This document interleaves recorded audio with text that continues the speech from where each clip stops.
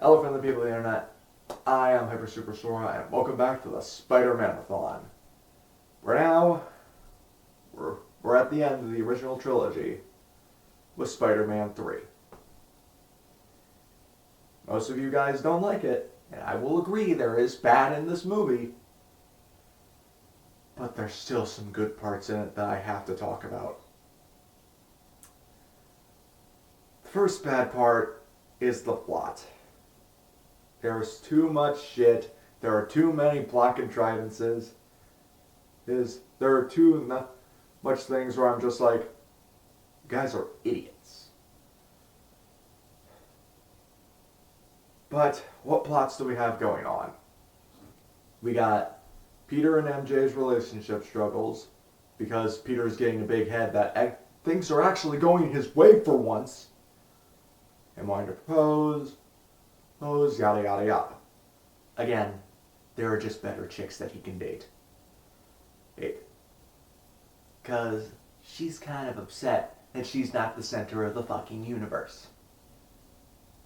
Get with Gwen, get with the neighbor chick. Both of them are better. There's the stuff with Sandman, which retconning Uncle Ben's killer, which drove Peter on the warpath to hit this guy and fucking kill him. There's the stuff with Venom, going out as a drug allegory on how drugs are bad for you kids. Don't do them.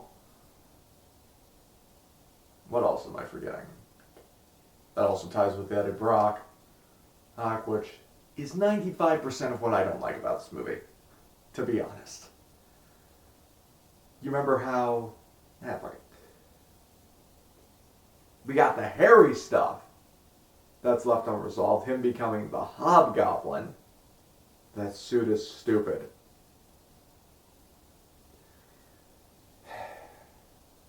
That suit is stupid. And him manipulating the strings between the Peter or an MJ plot, it's just too much. Studio meddling screwed with this movie, so you had all that shit going on. You want to know what you needed? A villain. Pick Venom, pick Sandman. One of the two. You got the stuff with Harry. Harry and his whole unresolved stuff. I'd honestly go with Venom for this, because Venom is usually a big enough threat for multiple people to team up for. And focus on the Mary Jane stuff. Those are the three things you needed. Didn't need any of that other stuff. Yeah, you can give Peter a big head because, yeah, things are going his way. And I'd like to point out in this movie, Tobey Maguire gave his best fucking performance. This is him completely comfortable and at peace with being Spider-Man. How do I know this? Because when he's Spider-Man, he fucking talks. He's making jokes. He's saying things. He's talking. He's not at that full I'm an asshole level, but it's a start. Every time Sandman was on screen, I actually liked it. Since, yeah, he'll say he's not a bad person. He's just made a lot of bad decisions, in my opinion. Yeah, talk about. Yeah, I still don't like MJ. Still don't like her. Okay. The reason this review is a mess is because the movie's a mess. It's got focused on all these things because studios just went, put this in it, put this in it, put this in it, put this in it, put this in it. Not even Aunt May or J.K. Simmons could save this. Okay. But let's start with the Harry plot. Harry's plot is he wants to kill Peter because he thinks he killed his dad. And since fucking nobody until the butler that I can't even remember the name of at the end of the movie says, no he didn't. His father died in his own glider, which happens to Harry at the end. Like father, like son. But eventually he gets knocked on the head where he gets amnesia. By the way, he's been messing with his father's like old super soldier formula, and he's got a pretty good version of it. So yeah, he's actually kind of living his best life being happy. And since Peter, being an idiot, being a plot contrivance, doesn't tell him, hey, this is what actually happened. The theme of these movies is, don't tell Harry.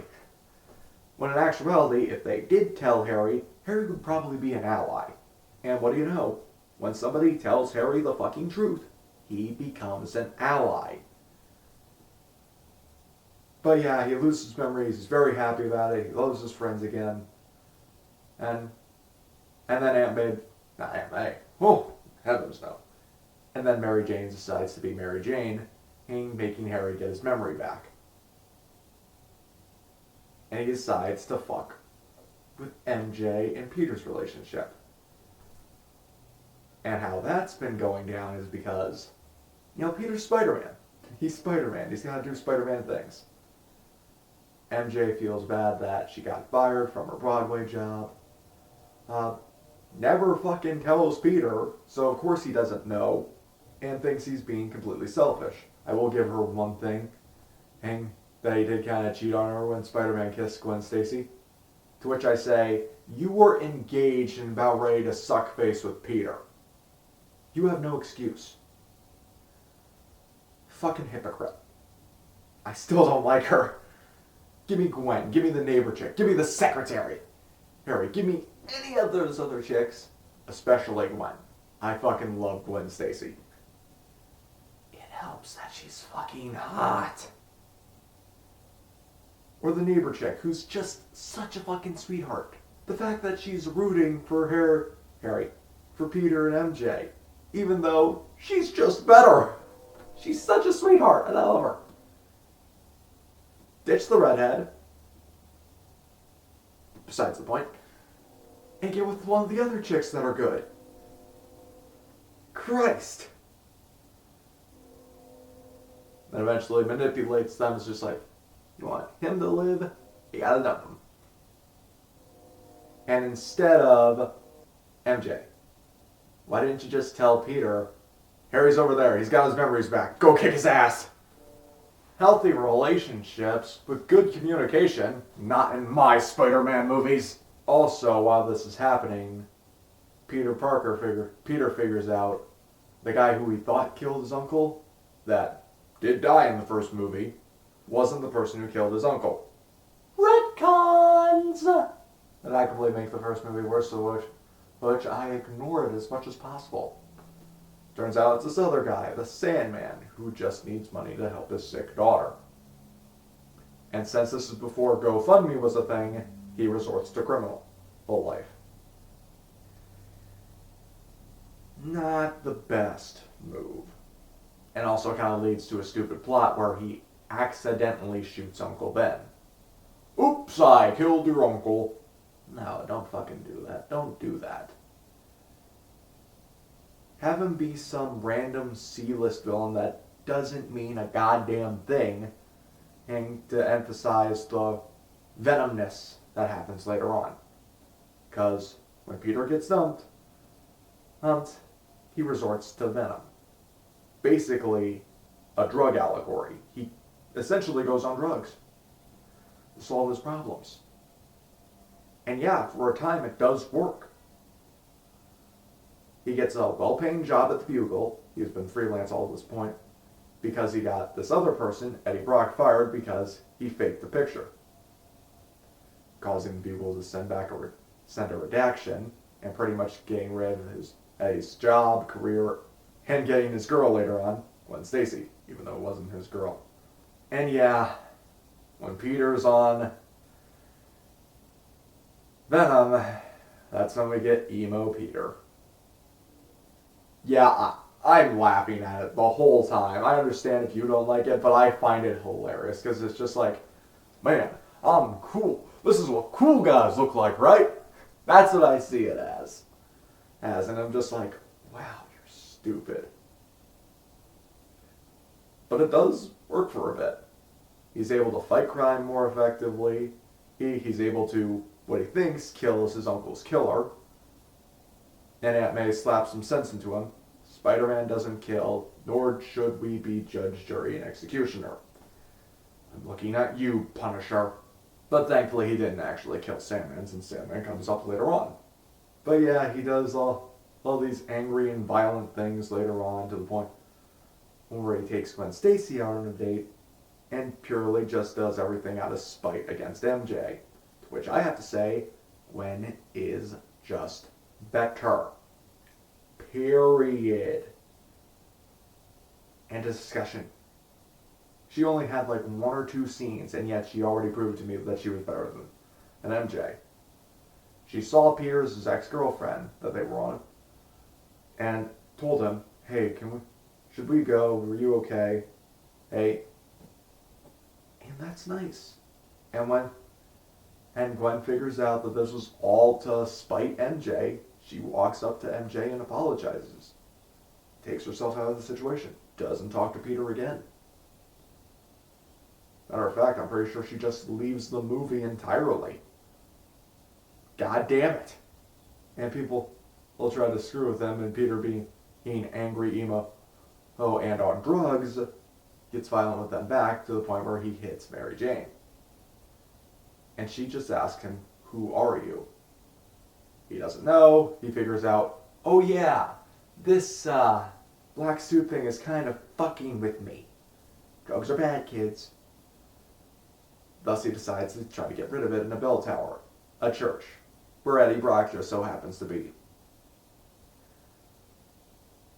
I don't like Eddie's actor. He's not given a good performance. Wah wah.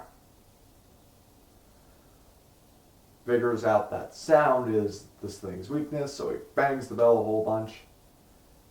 Gets rid of the symbiote, but it lands on Eddie, becoming Venom. Fast forward a little bit, Venom and Sandman have teamed up, probably because Venom threatened his daughter, to get and try to kill Mary Jane, causing, since these two villains have teamed up, Harry and Peter now have to team up. Again, would have saved some time if Peter just told them, "I didn't kill your dad." Peter tries to convince Eddie about how Venom is fucked up. Eddie doesn't fucking care. Thus, the final fight scene happens. Venom is killed off via a pumpkin bomb. Harry dies, and Sandman got away. Peter just kind of let him go. Again, that wasn't handled that well. I feel like, one, making him Uncle Ben's killer was kind of a mistake, because Sandman's kind of a D-list villain. 2, this movie should have just been about Venom. And ironically enough, this movie is a more accurate depiction of Venom than the Venom movie. Yeah, suck it up. But the things I don't like. Plenty of plot contrivances that would have just been satisfied with, "Hey, telling you a thing."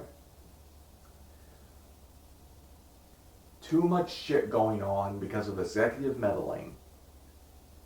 The character of Eddie Brock, keep the fucking Venom mask on. That one actually looks cool. But no, they got a spider part for his human face.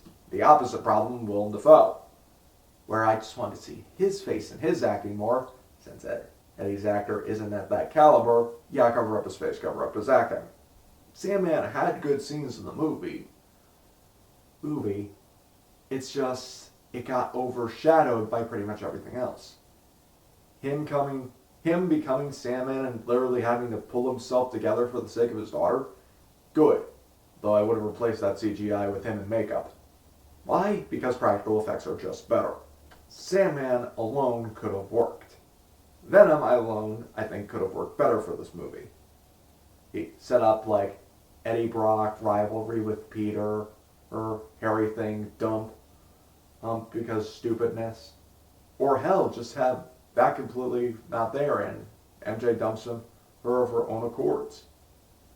Or it gets on Venom, does other things, get back together at the end, and actually talks to Harry, who probably still would have had amnesia, tells him the full truth, and Harry decides, glad you told me, now let's go save MJ. Hey, he could still die in the end because after he forgives Peter and helps him out, what's there really to do with his character? Out of all the Spider-Man movies, I think this is the one I want to rewrite the most.